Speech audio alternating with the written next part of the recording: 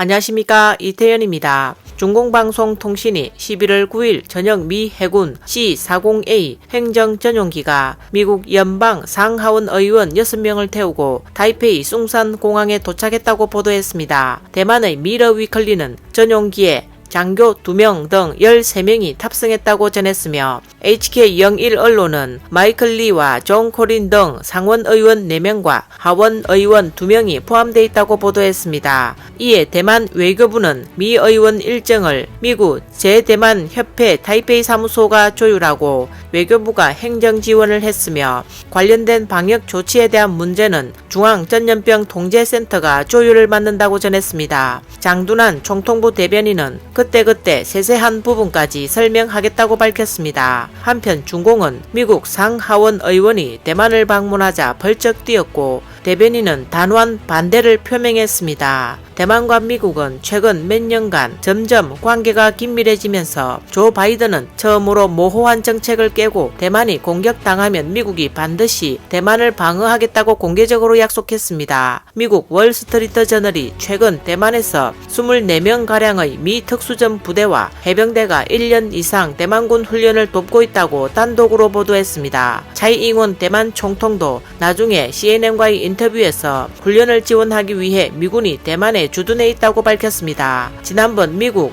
상원 의원의 방문은 올해 6월 6일이었습니다. 당을 초월한 연방 상원 의원이 라다 테미 덕워스, 데니얼 스콧 슬리번, 크리스프 앤드류 콘스 등 3명이 대만을 방문하면서 백신 75만 도스를 기증하기도 했습니다. 4월 14일 바이든의 비공식 대표단이 대만 첫 방문 때 크리스 도드 전 상원 의원이 인솔했으며 멤버로는 리처드 아미티지 전 국무부 부장관과 제임스 스타인버그가 동행했습니다. 이 같은 미 정치인들의 대만 대거 방문은 표면적으로 전염병에 대한 지원인 것처럼 보이나 내막은 중공의 군사적 위협 대처 방안을 모색하기 위한 것이라는 시각도 있습니다.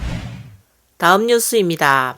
육중전회에서 중공 역사상 3번째로 역사적 결의안을 통과시켰습니다. 언론 분석에 따르면 새 결의안은 육사 사건에 대해 반혁명 폭동의 정의를 유지하고 문화혁명에 관해서는 마오쩌둥의 잘못을 희석할 수 있지만 내란의 정의를 유지하고 있다고 분석했습니다. 싱타오 일보의 11월 9일자 분석에 의하면 7월 1일 중공이 발행한 중국 공산당 연혁 새 버전에서 육사 천안문 사건을 소개하는 페이지가 단 한 페이지에 불과한 것으로 나타났습니다. 내용에는 반혁명 폭동을 1989년 6월 4일 중앙정치국에 의해 종식되었다라고 기술되었습니다. 당시 공산당 총서기 자오쩌양이 학생과 인민의 총격을 가하라는 명령을 거역해 후에 체포되어 가택연금을 당했었는데 이를 자오쩌양이 당에 대한 폭동과 분열을 지원하는 중대한 잘못을 저질렀다라고 했습니다. 인민해방군과 탱크가 베이징에 진입해 학생과 시민을 살해한 사실은 일절 언급하지 않았습니다. 1989년 4월 15일 후야오방이 사망하자 베이징을 비롯한 여러 지역의 학생들이 애도를 표하고 언론의 자유, 부정부패 등을 문제 삼으며 대규모 시위를 벌이는 등 전국적으로 민주적 자유를 추구하는 목소리가 높아져 결국 중공군에게 피비린내 나는 진압을 당한 것으로 드러났습니다. 중공은 32년 동안 이 역사를 애써 희석하고 덮었습니다. 중앙통신은 육사 사건이 발생한 지 32년 동안 중공의 정체성에 변화가 있었다며 오랫동안 직설적인 반혁명적 폭동 대신 정치적 풍파라는 용어를 사용하기도 했다라고 지적했습니다.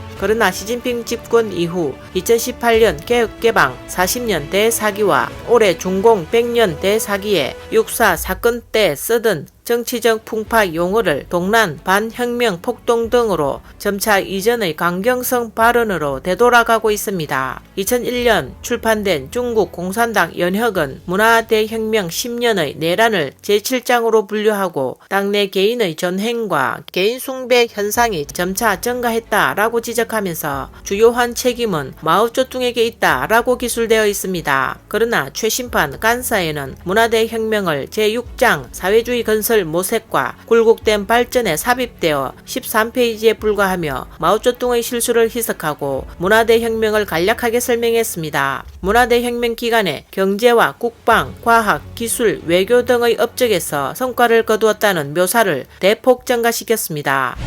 다음 뉴스입니다.